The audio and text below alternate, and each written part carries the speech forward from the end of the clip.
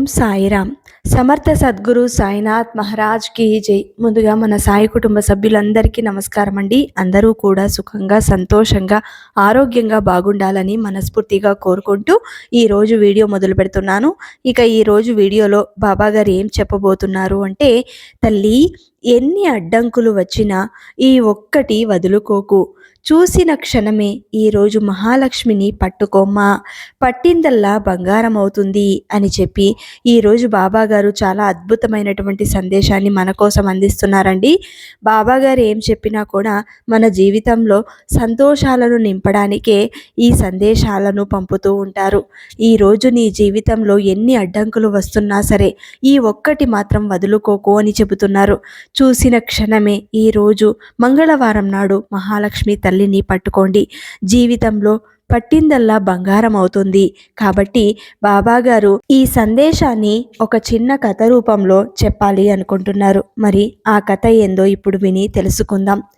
పూర్వం ధర్మయ్య అనే ఒక మహారాజు ఉండేవాడు. ఆయన చాలా ధర్మాత్ముడు. ప్రజల కోసం ఎన్నో సేవలు చేసేవాడు, ఎన్నో దాన ధర్మాలు చేసేవాడు. అతను ఎంతో ధర్మాత్ముడు అంటే ఆ నగరంలో ఎవరైనా చిన్న చిన్న వ్యాపారం చేసుకోవడానికి వచ్చి వారి వస్తువులు ఒకవేళ సాయంత్రం వరకు అమ్ముడు కాకపోతే వాటిని మహారాజే స్వయంగా వారి వద్ద నుండి ఆ మిగిలిన వస్తువులను కొనుక్కునేవాడు. తన రాజ్యంలో నుంచి ఎవరిని ఒట్టి చేతులతో పంపేవాడు కాదు. సాయంత్రం కాగానే సైనికులు అంగడిల్లోకి వెళ్ళి ఎవరి వస్తువులు మిగిలినా వాటిని తీసుకుని దానికి విలువైన ధనం వారికిచ్చేవారు. ఇలా మహారాజు గొప్పతనం 4 వైపులా వ్యాపించింది. అన్ని లోకాలలో అతని గురించి గొప్పగా చెప్పుకుంటున్నారు. అలా ఆ విషయం యమధర్మరాజుకు కూడా తెలిసింది. ధర్మయ్య గొప్పతనం స్వయంగా తెలుసుకోవాలని ఒక పేద బ్రాహ్మణుని వేషం ధరించి ఒక పాత పెట్టెను తీసుకుని అందులో చెత్త, పనికిరాని వస్తువులను నింపుకొని ధర్మయ్య రాజ్యంలోని అంగడిలోకి చేరుకొని వాటిని అమ్మే ప్రయత్నం చేస్తున్నాడు. కానీ ఆ పనికిరాని వస్తువులను ఎవరు తీసుకుంటారో ఎవ్వరూ కొనుక్కోవడం లేదు. సాయంత్రం అయింది. అక్కడికి సైనికులు వచ్చి, ఓ బ్రాహ్మణుడా, నీ వస్తువులను ఇంకా ఎవరు కొనుక్కోలేదా? అసలు నువ్వు ఏం అమ్ముతున్నావు? ఏదైనా ఉండని, మహారాజు ఆదేశం ప్రకారం సాయంత్రం వరకు వస్తువులను అమ్మకపోతే మేమే వాటిని కొనుక్కుంటాం. ఈ పెట్టెలో ఏమున్నాయి, వాటి విలువ ఎంత అంటూ అడుగుతారు. అప్పుడు ఆ బ్రాహ్మణుడు, చూడండి, నేను ఇందులో దరిద్రాన్ని తీసుకొచ్చాను. అంటే అంతా చెత్తనే నింపుకొని వచ్చాను. దీని విలువ 1000 బంగారు నాణ్యాలు అని అంటాడు ఆ బ్రాహ్మణుడు చెప్పిన విచిత్రమైన మాటలు విని ఆ సైనికులు నవ్వుతూ, నీకు పిచ్చి పట్టిందా?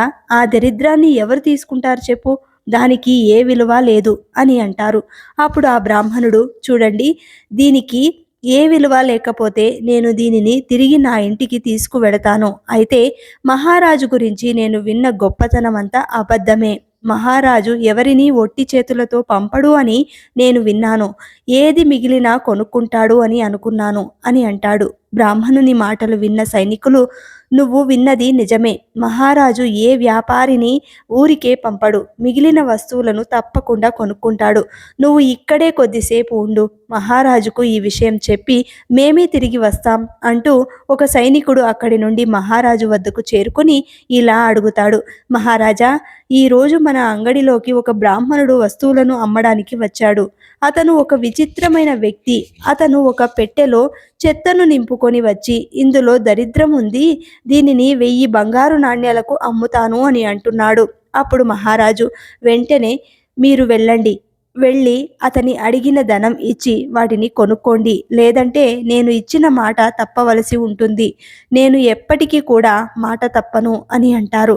ఇక సైనికులు ఆ బ్రాహ్మణుని వద్దకు చేరుకొని, ఓ బ్రాహ్మణుడా, నీకు 500 బంగారు నాణ్యాలు ఇస్తాము. వాటిని తీసుకుని ఆ పెట్టెను మాకు ఇచ్చి ఆనందంగా మీ ఇంటికి వెళ్ళిపో అని అంటారు. అప్పుడు ఆ బ్రాహ్మణుడు, చూడండి, నేను దీనిని 1000 బంగారు నాణ్యాలకు మాత్రమే ఇస్తాను. అంతకు తక్కువ నేను అమ్మను.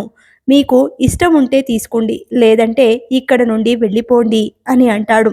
అప్పుడు సైనికులు వెంటనే మహారాజు వద్దకు వెళ్ళి, మహారాజా, మేము ఆ బ్రాహ్మణునికి 500 బంగారు నాణ్యాలు ఇస్తాము అని అడిగాము. కానీ అతను వినడం లేదు. 1000 బంగారు నాణ్యాలు ఇవ్వమంటున్నాడు. ఆ పెట్టెలో అంతా చెత్త, దరిద్రమే ఉంది. దానిని 1000 బంగారు నాణ్యాలకు కొనడం ఉచితం కాదు అని అంటున్నారు.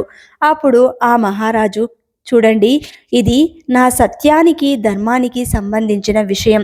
నేను ఎవరినీ నా రాజ్యంలో నుంచి ఒట్టి చేతులతో పంపలేను. నేను సత్యాన్ని ఎప్పుడూ విడవను. నా ప్రాణం పోయినా సరే మీరు వెళ్ళి అతనికి 1000 బంగారు నాణ్యాలను ఇచ్చి ఆ వస్తువులను తీసుకురండి అంటూ ఆదేశిస్తాడు. వెంటనే సైనికులు ఆ బ్రాహ్మణుని వద్దకు చేరుకొని అతనికి 1000 బంగారు నాణ్యాలు ఇచ్చి దరిద్రంతో నిండిన ఆ పెట్టెను తీసుకుని మహారాజు వద్దకు చేరుకుంటారు.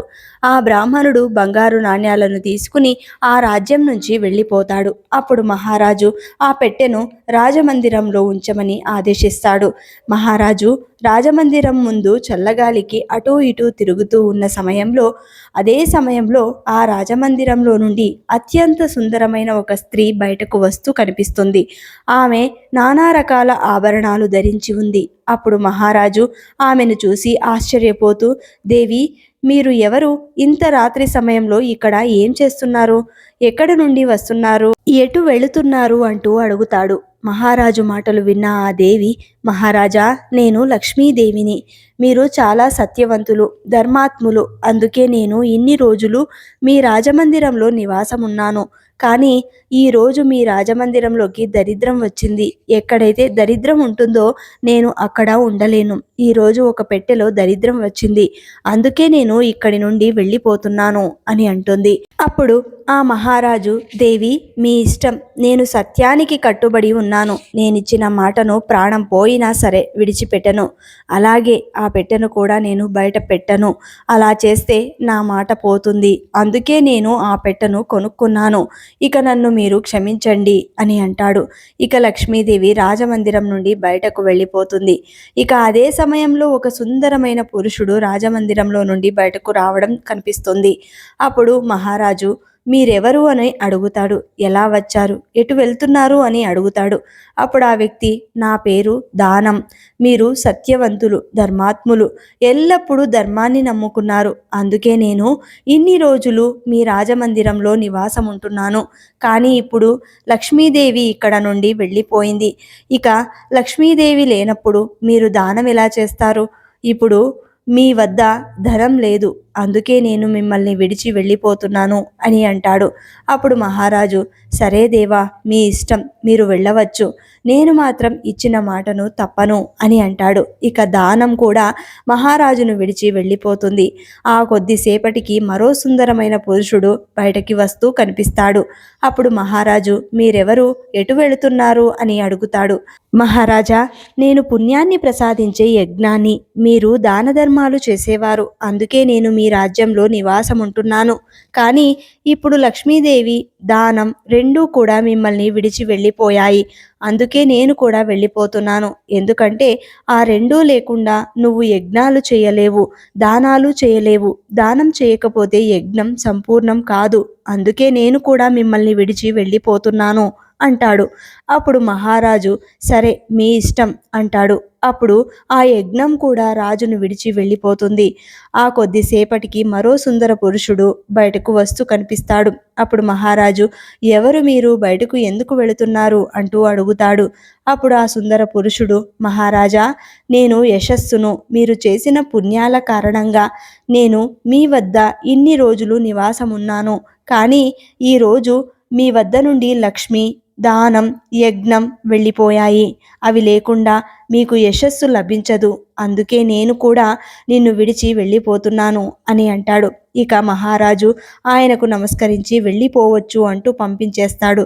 ఆ తర్వాత ఒక అందమైన స్త్రీ రాజమందిరంలో నుండి బయటకు వస్తుంది. అప్పుడు మహారాజు, ఓ దేవి, నువ్వు ఎవరు, ఏ కారణం చేత బయటకు వెళుతున్నావంటూ అడుగుతాడు. అప్పుడు ఆ స్త్రీ, మహారాజా, నేను కీర్తిని. లక్ష్మి, దానం, యజ్ఞం, యశస్సు ఇవన్నీ నిన్ను విడిచి వెళ్ళిపోయాయి. అవి లేకుండా మీకు కీర్తి లభించదు. నేను ఇక్కడ ఉండలేను. అందుకే నేను కూడా వెళ్ళిపోతున్నాను అని అంటుంది. ఇక మహారాజు ఆమెను కూడా పంపించేస్తాడు. తర్వాత ఒక సుందర పురుషుడు రాజమందిరంలో నుండి బయటకు వస్తాడు. మహారాజు అతనిని చూసి, మహాత్మా, మీరు ఎవరు? మీరు కూడా నన్ను విడిచి వెళ్ళిపోతున్నారా అంటూ దీనంగా అడుగుతాడు. అప్పుడు ఆ సుందర పురుషుడు, మహారాజా, నేను సత్యాన్ని, మీరు సత్యవంతుడని, ధర్మాత్ముడైన మహారాజుని నేను ఇన్ని రోజుల నుండి మీ వద్దనే ఉంటున్నాను. కానీ ఇప్పుడు మీ వద్ద నుండి లక్ష్మీదేవి, దానం, యజ్ఞం, యశస్సు, కీర్తి అన్నీ నిన్ను విడిచి వెళ్ళిపోయాయి. అందుకే నేను కూడా వెళ్ళిపోతున్నాను అని అంటాడు. అప్పుడు ఆ మహారాజు, ఓ సత్యమా, నువ్వు కూడా నన్ను విడిచి వెళ్ళిపోతున్నావా? నేను ఎప్పుడూ కూడా నిన్ను విడవలేదు. సత్యాన్ని విడవనందుకే అందరూ నన్ను విడిచి వెళ్ళిపోయారు. నేను సత్యంగా ఉండడానికి దరిద్రాన్ని కూడా ఇంట్లో ఉంచుకున్నాను. నా రాజ్యంలో ఎవరు ఆకలితో ఉండకూడదని చిన్న వ్యాపారుల వద్ద మిగిలిన వస్తువులను కొనుక్కుంటానని మాట ఇచ్చాను. ఆ మాటను నేను తప్పితే సత్యాన్ని విడిచిపెట్టినట్టే కదా. అందుకే ఇచ్చిన మాట ప్రకారం అతనికి 1000 బంగారు నాణ్యాలను ఇచ్చి మరి నేను దరిద్రాన్ని కొనుక్కున్నాను.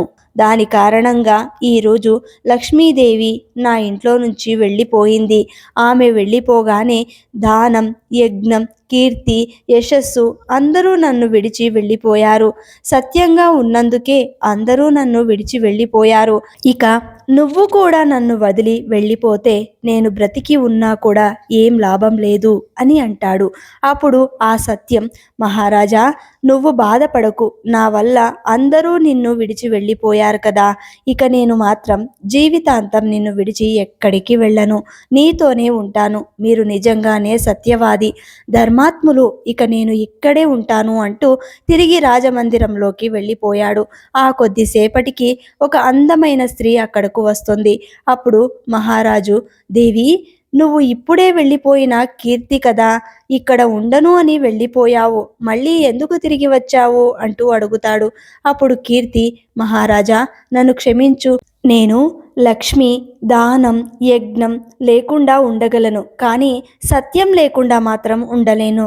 సత్యం ఎక్కడుంటే నేను కూడా అక్కడే నివాసం ఉంటాను అని అంటుంది. ఆ మాటలకు మహారాజు ఎంతగానో సంతోషించి ఆమెకు స్వాగతం పలుకుతాడు.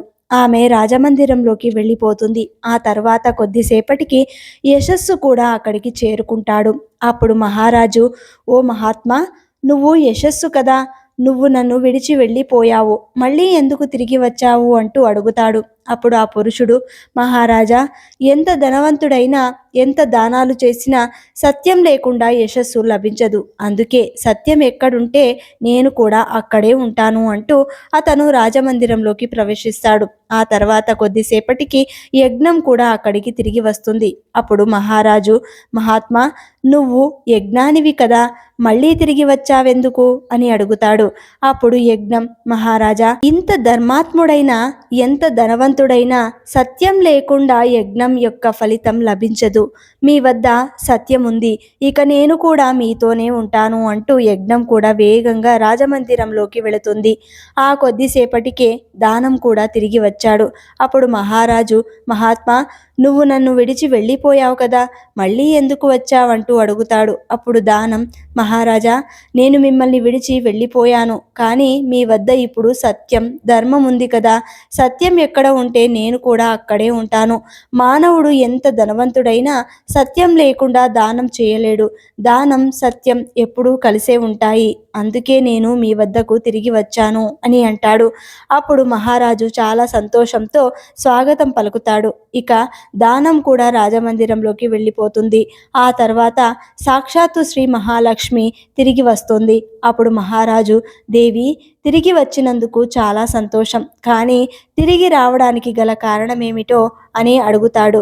అప్పుడు లక్ష్మీదేవి, మహారాజా, ఇదంతా కూడా నీ సత్యాన్ని పరీక్షించడానికి జరిగింది. ఇప్పుడు నీ వద్ద దానం, యజ్ఞం, యశస్సు, కీర్తి అందరూ ఉన్నారు, కానీ నేను లేకపోతే వాళ్ళు ఉండలేరు. అందుకే సత్యాన్ని, ధర్మాన్ని కాపాడడానికి నేను మళ్ళీ నీ వద్దకు తిరిగి వచ్చాను అని అంటుంది. అప్పుడు మహారాజు, దేవి, మీరు తిరిగి వచ్చినందుకు చాలా సంతోషం. కానీ ఇప్పుడు నా రాజమందిరంలో దరిద్రంతో నిండిన పెట్టె ఉంది. దరిద్రం ఉన్న చోట నువ్వు ఉండవు కదా అంటూ అడుగుతాడు. అప్పుడు మహాలక్ష్మి, మహారాజా, నా కృప వల్ల ఆ దరిద్రంతో నిండిన పెట్టె కూడా బంగారంగా మారింది అంటూ లక్ష్మీదేవి రాజమందిరంలోకి ప్రవేశిస్తుంది. లక్ష్మీదేవి లోపలికి ప్రవేశించడంతో దరిద్రంతో నిండిన ఆ పెట్టె బంగారంతో నిండిపోయింది. ఆ కొద్దిసేపటికి స్వయంగా ధర్మరాజే బ్రాహ్మణుడి వేషంలో మహారాజు వద్దకు చేరుకున్నాడు. అప్పుడు మహారాజు, ఓ బ్రాహ్మణుడా, నువ్వు ఎవరు? నువ్వైతే నా వద్ద నుండి వెళ్ళలేదు కదా, ఎందుకు ఇక్కడికి వచ్చావంటూ అడుగుతాడు. అప్పుడు ధర్మరాజు, మహారాజా, నేను సాక్షాత్తు యమధర్మరాజుని. నేనే ఆ బ్రాహ్మణుని వేషంలో వచ్చి 1000 బంగారు నాణ్యాలు తీసుకుని నీకు దరిద్రాన్ని ఇచ్చాను. కానీ నీ సత్యంతో నన్ను ఓడించావు. నువ్వు నన్ను మెప్పించావు. నీకు ఏదైనా వరమిస్తా. నీకేం కావాలో కోరుకో అని అడుగుతాడు. అప్పుడు మహారాజు, దేవా, మీ దర్శనం వల్ల నా జన్మ ధన్యమయ్యింది. ఇక నాకేమీ వద్దు. నేను జీవితాంతం సత్యం, ధర్మం తప్పకుండా ఉండేలా ఆశీర్వదించండి అంటూ అడుగుతాడు. అప్పుడు ధర్మరాజు అతన్ని ఆశీర్వదించి అక్కడి నుండి వెళ్ళిపోతాడు. ఈ కథను బట్టి ఈ రోజు బాబాగారు మనకు అందిస్తున్న గొప్ప సందేశం, ఎన్ని అడ్డంకులు వచ్చినా సరే ఈ ఒక్క సత్యాన్ని మాత్రం ఎవ్వరూ కూడా వారి వారి జీవితాలలో వదులుకోకూడదు. ఆ మహారాజు సత్యాన్ని, ధర్మాన్ని విడవనందుకు దానం, యజ్ఞం, కీర్తి, యశస్సు, ఆ మహాలక్ష్మి ఇలా అన్నింటిపై విజయం సాధించాడు. అందుకే మానవులు అంటే మనుషులు ఎల్లప్పుడూ కూడా సత్యాన్ని, ధర్మాన్ని విడవకూడదు. ఎల్లప్పుడూ సత్యాన్ని పాటించాలి, ధర్మంగా బ్రతకాలి. ఎవరైతే ధర్మంగా, సత్యంగా జీవిస్తూ ఉంటారో అలాంటి వారి వద్ద ఎల్లప్పుడూ ఆ మహాలక్ష్మి కొలువై నివాసం ఏర్పరచుకుంటుంది అని బాబాగారు ఈరోజు చాలా గొప్ప సందేశాన్ని మనందరి కోసం అందించారండి. ఈ కథ నచ్చిన వాళ్ళందరూ కూడా శ్రద్ధా సబూరి అని కమెంట్ చేయండి. అలాగే ఈ వీడియోని అందరికీ అందేలాగా షేర్ చేయండి, లైక్ చేయండి. మళ్ళీ ఇంకొక మంచి వీడియోతోటి మీ ముందుంటాను. అంతవరకు సెలవు. సర్వే జన సుఖినో భవంతు. సర్వం శ్రీ సాయినాథార్పణమస్తు.